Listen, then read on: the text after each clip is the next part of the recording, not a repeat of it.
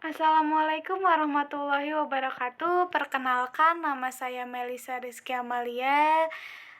Saya berasal dari Universitas Pamulang, Fakultas Pendidikan Kewarganegaraan. Beradanya saya di sini ingin menjelaskan mengenai Badan Peradilan Umum dan Khusus. Nah, Badan Peradilan Umum dan Khusus ini keduanya berada di bawah Mahkamah Agung. Saya ingin menjelaskan sedikit mengenai peradilan umum. Peradilan umum adalah lingkungan peradilan di bawah Mahkamah Agung yang menjalankan kekuasaan kehakiman bagi rakyat pencari keadilan pada umumnya. Nah, sedangkan pengadilan khusus yaitu pengadilan yang mempunyai kewenangan untuk memeriksa, mengadili, dan memutus perkara tertentu yang hanya dapat dibentuk dalam salah satu lingkungan badan peradilan yang berada di bawah Mahkamah Agung yang diatur dalam undang-undang. Jadi, ketika pengadilan khusus ini memeriksa, mengadili, dan memutuskan perkara harus sesuai dengan peraturan undang-undang yang berlaku. Nah, peradilan umum sendiri yaitu tempat pencari keadilan untuk melaporkan apabila kita tidak mendapatkan hak kita. Nah, keduanya pembagian tersebut dianut oleh Undang-Undang Nomor 14 Tahun 1970 tentang pokok-pokok kekuasaan kehakiman.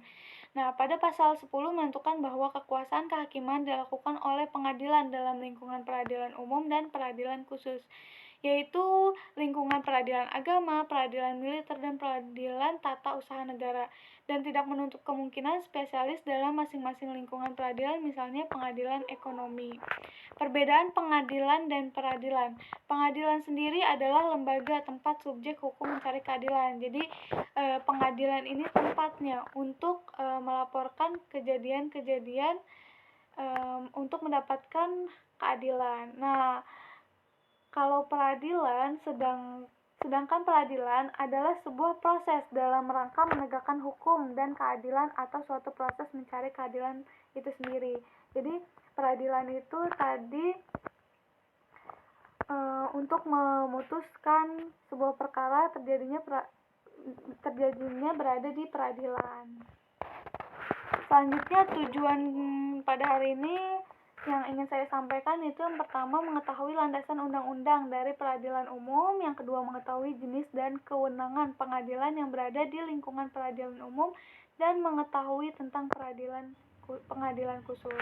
Nah, peradilan umum sendiri di bawah naungan Undang-Undang Nomor 2 Tahun 1986 tentang peradilan umum. Nah, Undang-Undang Nomor 2 ini berubah menjadi Undang-Undang Nomor 8, dirubah menjadi Undang-Undang Nomor 8 Tahun 2004 tentang perubahan.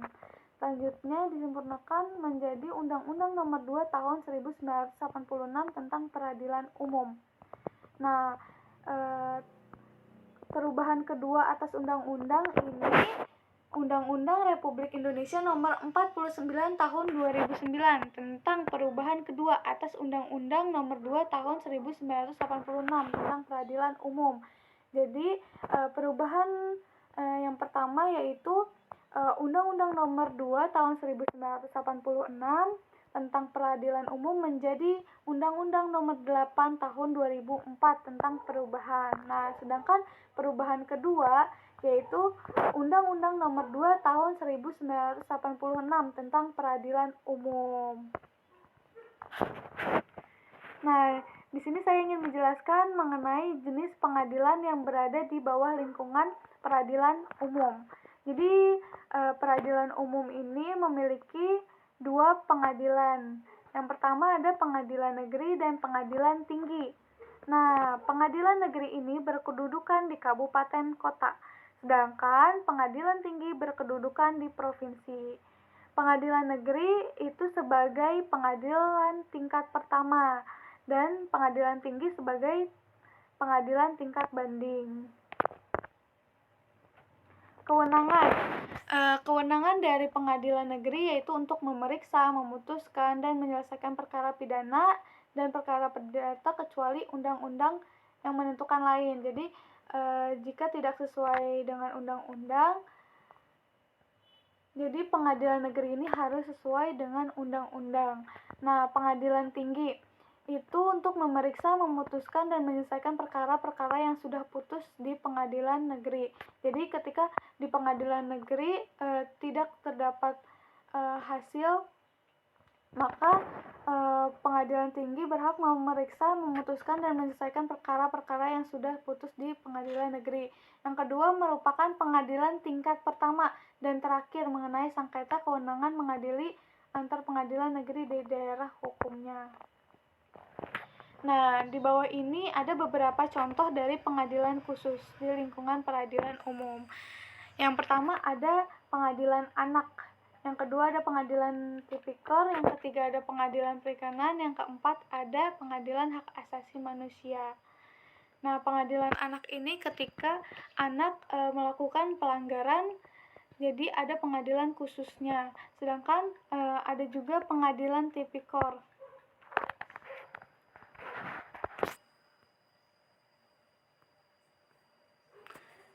Nah, pengadilan tipikor ini pengadilan tindak pidana korupsi, juga menjadi pengadilan khusus. Dan yang ketiga ada pengadilan perikanan, yang keempat ada pengadilan hak asasi manusia. Nih, saya ingin menjelaskan kewenangan dan dasar hukum dari pengadilan anak sendiri. Pengadilan anak yang berhadapan dengan hukum berumur 12-17 tahun yang diduga melakukan tindakan pidana. Nah, ini dasar hukumnya itu Undang-Undang Nomor 11 Tahun 2012 tentang Sistem Peradilan Pidana Anak. Jadi, anak usia 12 tahun sampai 17 tahun itu sudah bisa dapat diadili jika memang mereka melakukan tindakan pidana, tetapi harus ada pengawasan khusus. Nah, yang kedua ada pengadilan tipikor, yaitu pengadilan tindak pidana korupsi. Kewenangannya pada pengadilan tipikor ini, perkaranya tindak pidana korupsi yang penuntutannya diajukan oleh Komisi Pemberantas Korupsi atau KPK. Jadi yang bisa menuntut tindakan pidana korupsi ini yaitu Komisi Pemberantas Korupsi atau KPK. Jadi KPK yang akan menangani tentang tindak pidana korupsi. Sesuai dasar hukumnya pasal nomor 53 Undang-Undang nomor 30 tahun 2002 tentang Komisi Pemberantasan Korupsi. Nah, yang ketiga ada pengadilan perikanan. Perkara tindak pidana di bidang perikanan. Jadi ketika ada permasalahan di kelautan mengenai perikanan, dasar hukumnya yaitu pasal 71 Undang-Undang Nomor 31 Tahun 2004, Undang-Undang Nomor 45 Tahun 2004 tentang perikanan. Nah, yang keempat ada pengadilan hak asasi manusia. Jadi hak asasi manusia juga termasuk dalam pengadilan khusus. Nah, perkaranya apa saja untuk pengadilan hak asasi manusia? Itu ketika terjadinya pelanggaran hak asasi manusia yang berat, meliputi kejahatan genosida dan kejahatan terhadap kemanusiaan.